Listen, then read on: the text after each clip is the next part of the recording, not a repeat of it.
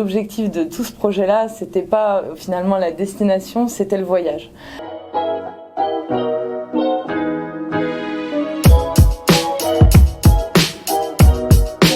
Je suis Marjolaine Nantillet de l'atelier du Ferment. J'ai un parcours d'ingénieur en agroalimentaire et j'ai lancé l'entreprise directement à la fin de mes études, donc avec le statut d'étudiant entrepreneur. Et l'atelier du Ferment a été fondé en 2018, donc c'est une co-création avec mon associée Sylvie Hudel, qui est aussi ma mère. On fabrique du kéfir de fruits, qui est une boisson ancestrale sans alcool. Les missions qu'on porte à travers cette entreprise-là, c'était vraiment d'apporter notre pierre à l'édifice, de faire notre part. On était vraiment animés par l'envie de faire bien, de proposer quelque chose d'alternatif, de sain, puisqu'on est sur de l'agroalimentaire. Et c'est vrai qu'on avait fait le constat qu'il y avait trop peu de produits sains, naturels, bons pour l'organisme et à la fois plaisir.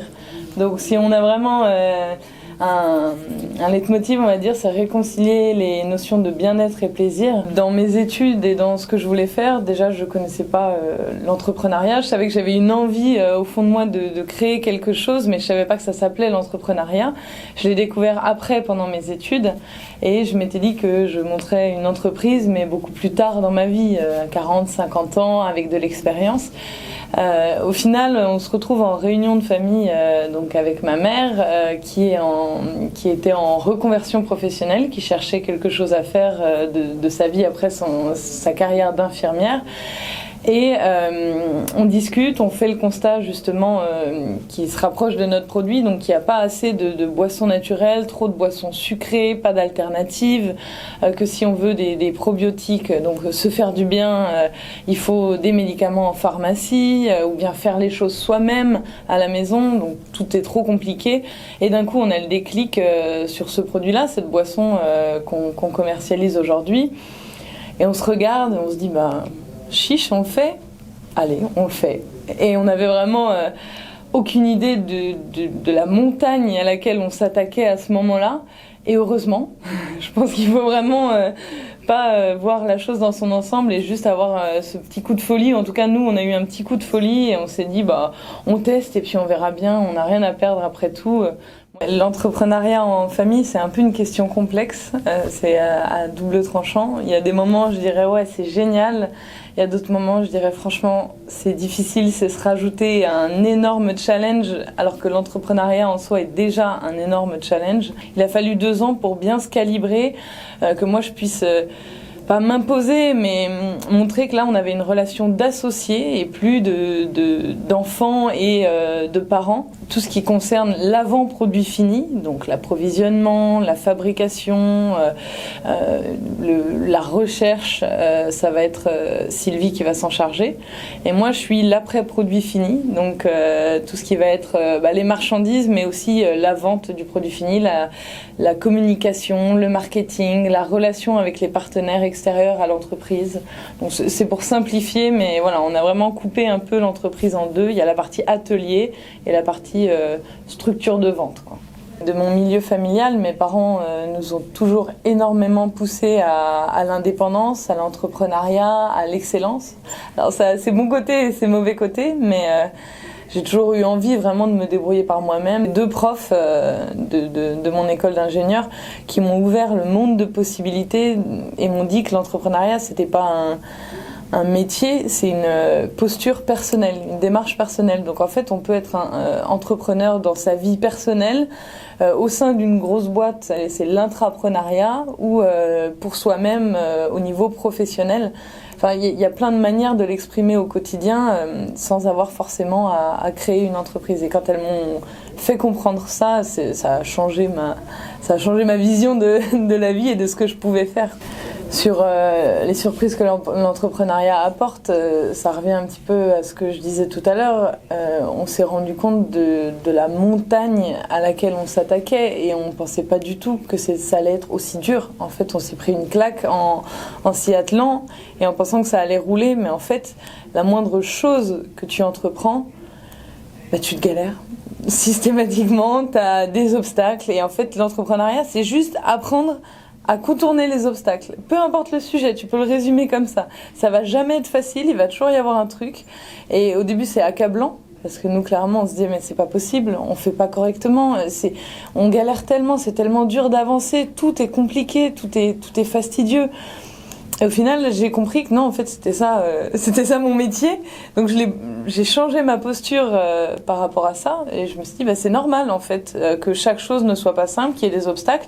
Et mon métier, c'est tous les jours d'avoir 15 000 problématiques qui tombent et de trouver 20 000 solutions différentes. Et il y en a plein qui vont pas fonctionner, mais on continue et hop, j'écarte au fur et à mesure les difficultés, les solutions, et j'avance quoi. C'est juste avancer coûte que coûte et pas rester fermé et bloqué sur son idée de départ.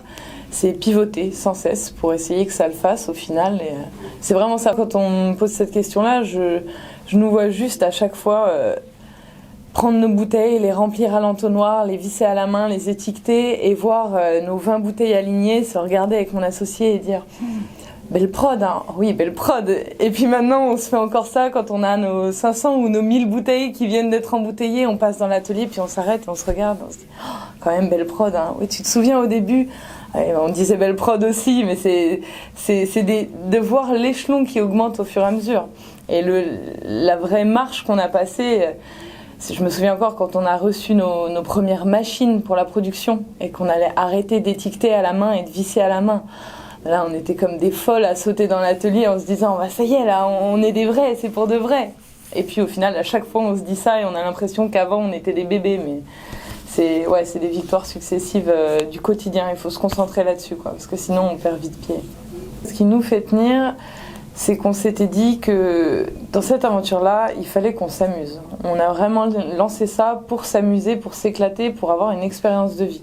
Donc depuis le début, on se disait que s'il fallait que ça s'arrête, il fallait pas tout qu'on perde. Donc on a aussi monté notre entreprise dans ce sens-là, c'est-à-dire que si aujourd'hui ça s'arrête, nos vies sont pas ruinées, on sait sauvegarder personnellement. Et qu'en fait l'objectif de tout ce projet-là, c'était pas finalement la destination, c'était le voyage.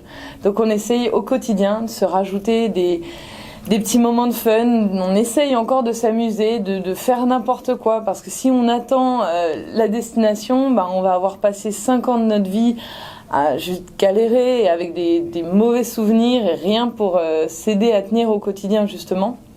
Et sans ces choses-là, clairement, on serait déjà toutes les deux en burn-out et on n'aurait pas réussi, quoi. Donc ça, c'est un aspect. Et l'autre chose qui nous fait tenir, c'est que depuis le début, ça va dans la logique de ce que je viens de dire, on s'est dit qu'il fallait impérativement qu'on sauvegarde nos vies privées. Donc petit à petit, on essaye de consacrer de plus en plus de temps à nos vies privées. Donc ça passe par sauvegarder ses week-ends, coûte que coûte, avoir des jours de repos dans la semaine, mais au début, on le faisait pas, puis on a failli cramer, quoi, clairement.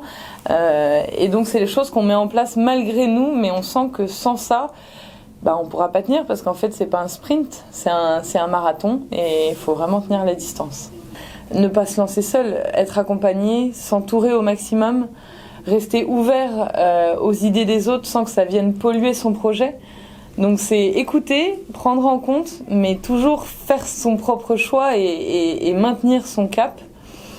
Et puis ouais, pas hésiter à se lancer, mais il faut avoir les épaules. Et un truc important, c'est qu'il faut être passionné par son projet, parce que moi, clairement, si j'avais pas la passion de mon produit ou du projet, je trouverais pas la force et l'énergie au quotidien d'avancer, quoi. Clairement, il faut être animé par quelque chose pour avoir la force de surmonter les obstacles du quotidien. À chaque fois, j'ai essuyé beaucoup d'échecs. C'était des hauts et des bas, enfin de l'euphorie et de la tristesse profonde ou du désarroi. Mais au final, j'ai tellement évolué sur les 2 dernières années et demie, j'ai tellement appris, j'ai tellement grandi personnellement, professionnellement, enfin c'est juste hallucinant quand je regarde un petit peu en arrière que je crois que c'était nécessaire d'avoir ces échecs-là, ces réussites. Après là maintenant j'essaie de temporiser un petit peu pour être un peu plus linéaire, un peu plus stable, mais tout m'a apporté, quoi. Donc vraiment je crois que je referais exactement la même chose.